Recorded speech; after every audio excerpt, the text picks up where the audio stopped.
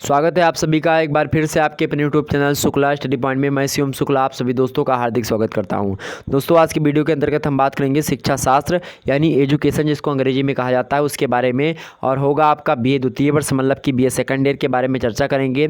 और एक प्रकार से इन प्रश्नों को एक बार जब भी आप जाएँ तो पढ़ करके अवश्य जाइएगा, क्योंकि ऐसे प्रश्न एग्जाम्स में लगातार पूछे गए हैं। प्रीवियस ईयर क्वेश्चन पेपर उठा करके देखेंगे तो ऐसे प्रश्न आपको आए दिनों देखने को मिले होंगे। देखिए न्यू मॉडल पेपर के बारे में चर्चा करेंगे 2021 के इस वीडियो के अंतर्गत, जिसके कारण से 2021 की परीक्षा के लिए लाभान्वित ही होगा यह लेक्चर। ना केवल बात की जाए तो बीए जो है बात की जाए बीए जो है द्वितीय वर्ष के लेक्चर के लिए इम्पोर्टेंट है। साथ ही साथ यह वीडियो मेरे प्यारे दोस्तों टेट वगैरह में भी कहीं ना कहीं पे आपको देखने को मिलती है, लेकिन वहाँ पर उतने अच्छे तरीके से आपको नहीं मिलेगी। लेकिन यहाँ पर मैं आपको बताना चाह रहा हूँ कि मेरे भाई इसमें महत्वपूर्ण प्रश्नों को शामिल किया गया है। आपसे इससे पहले आपने पेपर 1 के बारे में देखा होगा, उसमें हमने आपको समझाया था विस्तार से। इसमें मैं आपको प्रश्नों को दिखाने का प्रयास करूंगा, न्यू तरीके से आपको मॉडल पेपर प्रस्तुत करने का प्रयास करूंगा। तो पेपर 1 के अंतर्गत हमने पेपर का पैटर्न आपको समझा दिया है और मैं इसमें प्रश्नों को आपको बताऊंगा, और आखिरकार इस प्रश्नों को आपको कैसे करना है उस आप पेपर 1 में देख करके पता लगा लिए होंगे। ठीक, ध्यान रखेंगे इस बात को। चलिए शुरू किया जाए वीडियो लेक्चर, चलिए शुरू किया जाए मेरे प्यारे दोस्तों। चलिए फिर हम शुरू करते हैं आज का वीडियो लेक्चर। मोस्ट इंपॉर्टेंट जो है प्रश्नों की कतार आपके सामने आ चुकी है। ओके, चलिए फटाफट से वीडियो को लाइक और शेयर कर दीजिए जितने भी लोग देख रहे हैं। यहाँ पर आप देखें सभी लोग, पहला प्रश्न आपके सामने मतलब कि एक प्रकार से देखेंगे यहाँ पर जो आपका पेपर का नाम क्या है, शैक्षिक विचार एवं व्यवहार। क्या नाम है? शैक्षिक विचार एवं व्यवहार। अगर आपके पेपर का नाम है शैक्षिक विचार और व्यवहार तो यहाँ से लगभग मेरे प्यारे दोस्तों 60% प्रश्न एग्जाम से पूछे जाएंगे। आप बात ध्यान रखेंगे। देखेंगे आपका प्रश्न पत्र के 3 खंड हैं। आ बा और सा तीनों खंडों के उत्तर उसमें निर्देशानुसार दिए गए हैं। निर्देश का पालन करते हुए आपको उत्तर लिखना है। खंड आ में देखेंगे निर्देश क्या दिया हुआ है, नोट। सभी प्रश्नों के उत्तर दीजिए। प्रत्येक प्रश्न का उत्तर 50 शब्दों में होना चाहिए। अब आपको कितने शब्द होगा? 40 शब्द मिलेगा। ध्यान रखेंगे इस बात को। और हो सकता है सभी प्रश्नों को करने को बोले, हो सकता है केवल 5 प्रश्नों को बोले 10 में से। ठीक, अब जो भी बोले आपको आप उसके अपने हिसाब से देखना है। आगे देखते हैं। अभी भी किसी विश्वविद्यालय में तो 10 के 10 करवा रहा है, किसी में 5 ही बोल रहा है। ठीक, तो अपने हिसाब से देखेंगे, जिस प्रकार से नोट में लिखा हुआ मिलेगा उसके अकॉर्डिंग आपको चलना है। आगे देखिए भाई, पहला प्रश्न आपसे पूछा गया है, प्रकृतिवाद को परिभाषित कीजिए। क्या?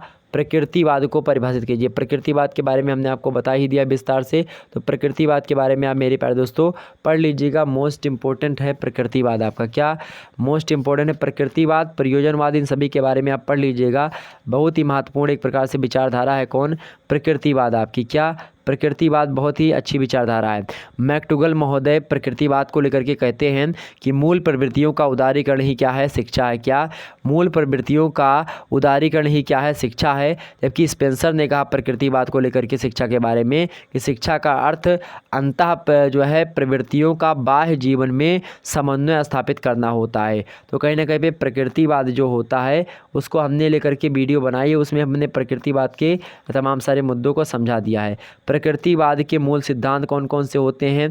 प्रकृतिवाद के मूल सिद्धांत कहता है कि ब्राह्मण जो होता है मतलब कि ब्रह्मांड एक प्राकृतिक रचना होती है, भौतिक संसार ही सत्य होता है, इसके आगे कोई आध्यात्मिक संसार नहीं है, आत्मा जो है पदार्थजन्य चेतन तत्व होती है, मनुष्य संसार की सर्वोत्तम रचना होती है, मानव विकास एक जो है प्राकृतिक प्रक्रिया होती है, मानव जीवन का उद्देश्य सुख पूर्वक जीना होता है, इसके लिए प्राकृतिक जीवन आवश्यक है, प्राकृतिक जीवन हेतु समायोजन और परिस्थितियों पर नियंत्रण आवश्यक होता है, राज्य की केवल व्यवहारिक सत्ता ही होती है। ये सब प्रकृतिवाद के बारे में मतलब प्रकृतिवाद से हमको बातें पता चलती हैं। अगला प्रश्न आपके सामने है, आदर्शवादी शिक्षा में अनुशासन। आदर्शवादी शिक्षा में अनुशासन के बारे में आपसे पूछ रहा है, अर्थात आदर्शवादी शिक्षा में अनुशासन का क्या महत्व है, या अनुशासन के माध्यम से आदर्शवादी शिक्षा किस प्रकार से आगे बढ़ी। तो आदर्शवादी शिक्षा के बारे में हमने आपको आइडियलिज्म के बारे में आपको बताया, आइडियलिज्म स्टडी, तो उसको देख लीजिएगा उस लेक्चर को, आपको सारी बातें समझ में आ जाएंगी। ओके, तो इसको पढ़ लीजिएगा। आप कहीं पर मिले तो इसको जरूर पढ़ेंगे आप। आदर्शवादी क्या? आदर्शवादी शिक्षा में अनुसंधान मतलब कि अनुशासन। अगला प्रश्न आपको इंपॉर्टेंट दिया गया, अरविंद का शिक्षा दर्शन क्या है। अरविंद का यानी अरविंद घोष का जो है क्या है, अरविंद का क्या शिक्षा दर्शन क्या है, इसके बारे में पूछ रहा है। दर्शन मतलब होता है विचार, शिक्षा मतलब होता है शिक्षा। शिक्षा के कौन कौन से विचार हैं अरविंद के, यह पूछ रहा है, पढ़ लीजिएगा इसको। अगला प्रश्न इंपॉर्टेंट हो सकता है आपका, स्वावलंबन का अर्थ क्या होता है। स्वावलंबन का क्या अर्थ होता है, इसको भी देख लीजिएगा। मोस्ट इंपॉर्टेंट प्रश्न।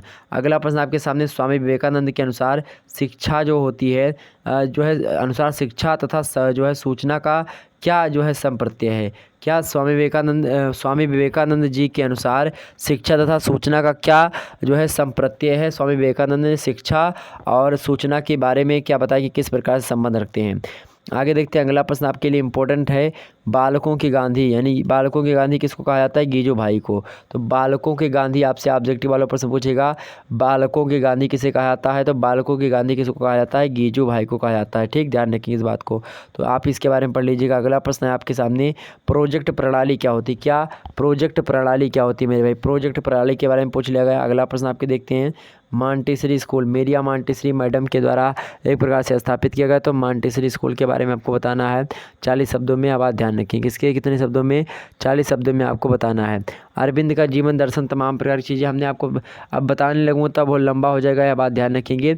मैं अरविंद के बारे में, गीजू भाई के बारे में, ठीक तमाम सारी चीज़ों के बारे में बताऊंगा। मांटेसरी स्कूल भी एक प्रकार से आप देखेंगे बहुत ही इंपॉर्टेंट है। मांटेसरी मेरिया मांटेसरी से एक प्रश्न तो तय है, एग्जाम से बनना ही बनना है, यह बात आप ध्यान रखेंगे। ओके, एक बात या ध्यान रखेंगे। आगे बढ़ते हैं अगले प्रश्न की ओर। अगला प्रश्न आपके सामने, डाल्टन प्रणाली के क्या क्या उद्देश्य है। डाल्टन प्रणाली का उद्देश्य पढ़ लीजिएगा, मतलब डाल्टन प्रणाली पूरा पढ़ लीजिएगा, क्या है, कैसे है, क्यों है, इसको आप सभी लोग पढ़ लीजिएगा। अगला प्रश्न है, किंडरगार्टन जो है शिक्षा प्रणाली का क्या अर्थ है। किंडरगार्टन शिक्षा प्रणाली को लेकर के और मांटेसरी शिक्षा प्रणाली को लेकर के महात्मा गांधी ने शिक्षा में अपने विचार क्या दिए हैं। और लाल बहादुर मतलब कि एक प्रकार से आपके जो है स्वामी विवेकानंद ने क्या दिया है, भीमराव अम्बेडकर ने क्या, इन सभी के बारे में आपसे एग्जाम से प्रश्न पूछ सकते हैं, तो इनको आप जरूर पढ़ लीजिएगा। आगे देखते हैं मेरे भाई, अगला प्रश्न आपके सामने इंपॉर्टेंट आ चुका है। अगला प्रश्न क्या है, खंडबा, और खंडबा से आपके तमाम सारे प्रश्न पूछे जाते हैं। देखते हैं लघु उत्तरीय प्रश्न, इनमें से करने कितने भाई, लघु उत्तरीय में से आपको 3 करने होंगे, ध्यान रखेंगे। और आपको 2 शब्दों में नहीं, अब 1.5 शब्दों में करना है। ठीक, आगे देखिए, सबसे पहले दूसरा नंबर प्रश्न देखिए, शिक्षा दर्शन का अर्थ बताइए। सबसे पहला लेक्चर हमने शिक्षा दर्शन को लेकर के समझाया है, उसमें दर्शन जा करके आप पढ़ लीजिएगा, अगर आपने नहीं देखा तो उसको जरूर देखेंगे। और यह प्रश्न बहुत ही महत्वपूर्ण था। अगर कि दूसरा प्रश्न आपसे बन सकता है कि दर्शन और शिक्षा एक ही सिक्के के 2 पहलू, इसको सिद्ध कीजिए और चाहे शिक्षा दर्शन का अर्थ बता करके इनको रिहा करवा लीजिए। आगे देखते हैं, रिहा मतलब कि मतलब मैं बोल रहा था, मैं कुछ और अलग बोल दिया क्या, चलिए सॉरी उसके लिए। शिक्षा दर्शन का क्या अर्थ होता है, हमने क्या बताया, शिक्षा दर्शन का क्या अर्थ होता है। और दर्शन और शिक्षा एक ही सिक्के के 2 पहलू हैं, इन दोनों में से जो भी आपको अच्छा लगे वह कर दीजिएगा। आगे बढ़ते हैं, अगला प्रश्न आपके सामने, प्रकृतिवाद की मूलभूत विशेषता पर प्रकाश डालिए। प्रकृतिवाद की मूलभूत विशेषता पर क्या डालिए आप, प्रकाश डालिए, आपसे पूछ रहा है। मोस्ट इंपॉर्टेंट प्रश्न है, प्रकृतिवाद की जो मूलभूत विशेषताएं होती है इसके बारे में आपसे पूछ रहा है। अगला प्रश्न देख सकते हैं, अगर नहीं पता तो अरबिंदो के अनुसार शिक्षा सिद्धांत क्या होते हैं, इसके बारे में आप पढ़ लीजिएगा। मोस्ट इंपॉर्टेंट प्रश्न है। अगला प्रश्न देखते हैं, आपको लिए बहुत ही इंपॉर्टेंट है, चौथा नंबर, बेसिक शब्द के महत्व पर इसकी विशेषताओं के साथ वर्णन कीजिए। बेसिक शब्द के महत्व पर इसकी विशेषताओं के साथ वर्णन कीजिए।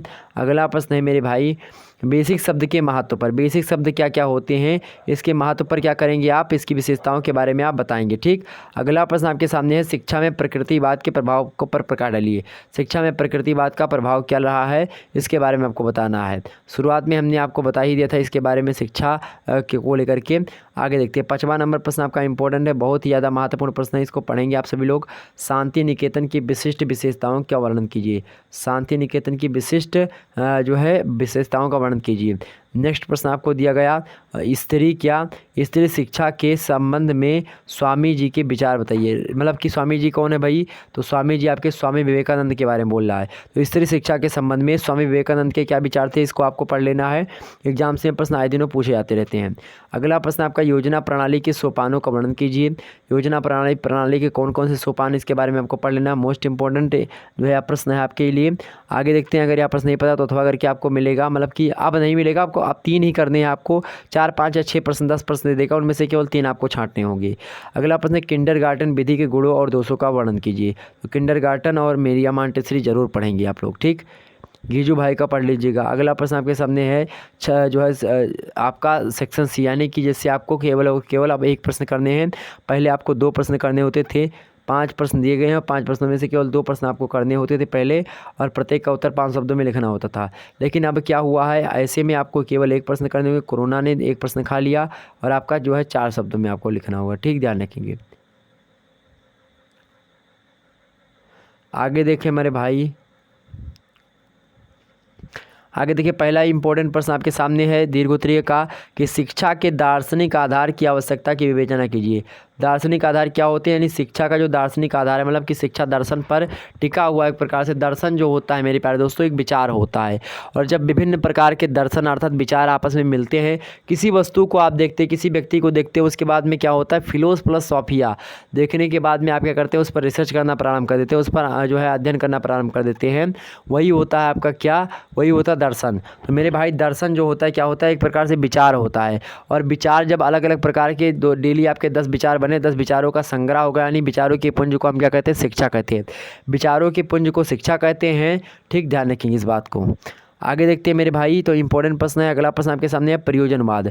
प्रयोजनवाद को लेकर के तो प्रश्न बनना तय है, बिल्कुल चिंता करने की आवश्यकता नहीं है। तो प्रयोजनवाद को परिभाषित कर दीजिए आप लोग, आपसे पूछा गया प्रयोजनवाद की परिभाषा दीजिए, और उसके बाद में इसके मूल तत्व एवं शिक्षा के लिए जो है इसका मूल वर्णन लिखिए। तो आपसे किसके बारे में, प्रयोजनवाद के बारे में पूछा गया। प्रयोजनवाद के बारे में, इन सभी के बारे में जो पहला इसके अभी जल्द में ही प्रयोजनवाद के बारे में हमने आपको बताया, उसको पढ़ लीजिएगा। प्रयोजनवाद जो होता है मस्तिष्क का स्वभाव और दृष्टिकोण है, यह विचारों और सत्य के प्रकृति की मतलब की का भी सिद्धांत है, और अंत में यह वास्तविकता का भी सिद्धांत है। कौन, तो आपका जो है विलियम जेम्स ने बताया इस बात को, किसने मतलब कि किसकी परिभाषा देते हुए कहा, तो प्रयोजनवाद की परिभाषा देते हुए कहा। अगला प्रश्न देखें आप सभी लोग, इम्पोर्टेंट है। स्वामी विवेकानंद के अनुसार वर्तमान समय में एक शिक्षक के लिए स्थान एवं अच्छे गुणों का वर्णन कीजिए। एक शिक्षक के लिए कौन कौन से ऐसे अच्छे गुण होते हैं, इसके बारे में आपके स्वामी विवेकानंद ने बताया है, उसको देख लीजिएगा। अगला प्रश्न आपके सामने दिया गया है 10वां नंबर दिया गया कि गांधी जी का शिक्षा दर्शन क्या है, उनके द्वारा बताए गए जो है शिक्षा के उद्देश्यों को का वर्णन कीजिए।